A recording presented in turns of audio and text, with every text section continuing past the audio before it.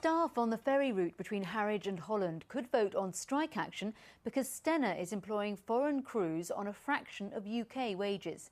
The RMT union says jobs are under threat. Stena says there'll be no redundancies.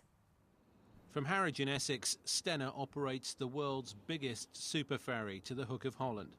The Hollandica takes 230 cars, 300 lorries and has 1,300 beds. And next month it'll be joined by its new sister ship, the Britannica. But crews and the unions are worried by Stena's use of Filipino workers. This man would only speak to Look East anonymously. There's no other employment here. There's no future for the younger people. The crew at the moment are really demoralised by constantly being under attack from Stena Line, and this is like the last straw for them now. This is a copy of a payslip for a Filipino crew member on a Harwich ferry in July this year. The basic pay is $957 for a 308-hour month. At today's exchange rate, that equals £2 1p per hour. And the Filipino crew are on board for 6 months at a time. UK crew earn £11 an hour and work 1 week on, 1 week off. Stena is doing nothing wrong. Pay and conditions for Filipino staff are perfectly legal and save Stena a lot of money. But the unions think it's exploitation and a danger to UK jobs. We've suffered the brunt of a lot of cutbacks and jobs and stuff. We're working hard and we've got less crew. The company have supplemented the crew with Filipinos and our members are just about had enough and are prepared to make a stand now. Many Filipinos work in catering on the ferries, with some others as deck and engine room ratings. In a statement, Stena told Look East, Stena Line guarantees no redundancies of any UK seafarers, and we hope the RMT will reconsider balloting its members. There'll be a meeting this week between Stena and the RMT, but the balloting process is due to begin, and the mood for now is for industrial action. Ian Barmer, BBC Look East. A former Baptist minister from King's Lynn has denied the sexual abuse of an 11-year-old girl. Malcolm Hoare, seen here in the back of the car, is facing 12 charges at Norwich Crown Court. The prosecution claims the abuse started in the late 70s and went on for 5 years. The region's biggest wind farm so far is taking shape off the Norfolk coast. Sheringham Shoal is a £1 billion development which will start generating electricity next year. This exclusive report is from Richard Bond. Coming out of Wells, it took us an hour to get out to the construction site. Sheringham Shoal is 9 miles off the North Norfolk coast, where some seriously heavy plant is assembled. They're knocking the foundations 30 metres into the sand. I'm happy with the progress. We are slightly behind, but what we are behind on here is not critical for the total overall project. We have started to install the foundations. We started this summer and we have just behind me finishing number 16 and we have 72 more to go. Now, with just the foundations going in, it's difficult to give a sense of the scale of this project, but this will be the region's biggest offshore wind farm to date, and when it's finished it'll look something like this. Sheringham Shoal is costing £1 billion and will generate enough power for 220,000 households, more than half the homes in Norfolk. Each turbine will be nearly 3 times the height of Nelson's Column. It'll be our third offshore wind farm. Scroby Sands off Yarmouth opened in 2004 with 30 turbines. Gunfleet Sands off Clacton opened earlier this year with 48 turbines. Sheringham Shoal, when it opens next year, will have 88 turbines. Most of the components have been made abroad, but this architect's practice in Norwich has designed a £2 million onshore base for wind farm workers.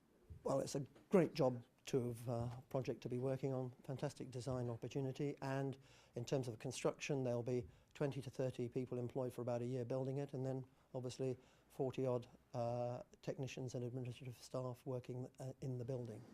Former Wells fisherman Carl Frary is working on the wind farm supply vessels. I don't have to move, I can stay exactly where I lived all my life, perfect. The towers and turbines go up next year. Then the electricity will start to flow into the national grid. Richard Bond, BBC Look East. A new learning centre for 16 to 19-year-olds has opened in Ipswich. It's called Suffolk 1 and it cost £70 million to build. I mean, believe it or not, programme came in on budget. Well, actually marginally under budget and on time, so everybody's happy. Alan Whittaker is the principal at Suffolk 1. This is the centre's central learning resource space, so I suppose a library in old words.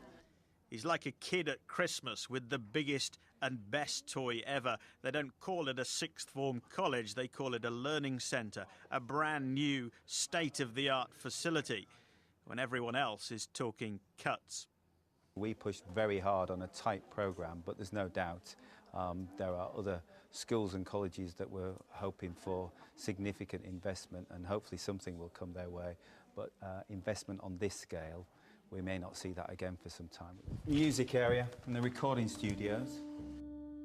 It cost £70 million and can accommodate 2,000 students. I think it's brilliant, to be honest. It's completely changed my life around. It's a nice place to spend time. Yeah, it's really good. All the teachers are really amazing and everyone's really friendly here.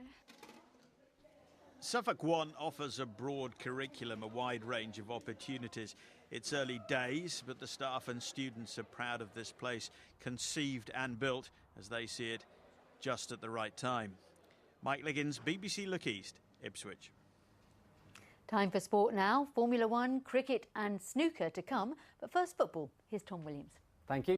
Now, around the country, you say Norwich, people quite often think of Delia Smith, the Canaries' most famous fan, and of course, she's female. In fact, a higher percentage of women watch Norwich than any other club in this region. Saturday afternoon. Some women might be shopping, but more females than ever are swapping their spending sprees for seats at Carrow Road. Norwich City, one of the clubs in the country where they have a high-profile and popular female on the board. And with a fifth of season ticket holders at this club being women, there's no denying how influential she's been. Delia is about passion. She's about wearing your heart on your sleeve. She's about loving the club, showing it, being loud and proud. She's obviously quite high up, so obviously that has an effect on, you know, girls here and stuff. But Delia's not the only factor affecting numbers. I think it's a legacy of the emphasis that was put on family night football. What we're seeing now is lots of youngsters have grown up, and that's why we've got such high crowds. And also a lot of those youngsters were girls. Norwich have over 4,000 women season ticket holders, while Colchester boasts 16% and Peterborough have more female fans, but the percentage is lower. So to kick off, Barnsley went ahead just before the break with Jay McEvely's header. On the hour, Anthony McNamee's cross was headed in by Stephen Foster into his own net. Norwich's winner came from Chris Martin. 2-1 and a cheer from the club's most famous woman. Happy with 3 points, the manager also had a word to say about the female support. The women that do come are all good cooks, unless they want to see her for that aspect. So I don't really know, but Delia is, you're right when you say she's a figurehead at the football club. Everybody knows her. Doesn't matter what part of the country you want to go. Delia Smith is a huge name. While that name's played a role in boosting numbers, the reason why women follow Norwich is more complex than that. Kate Riley, BBC Look East, Norwich.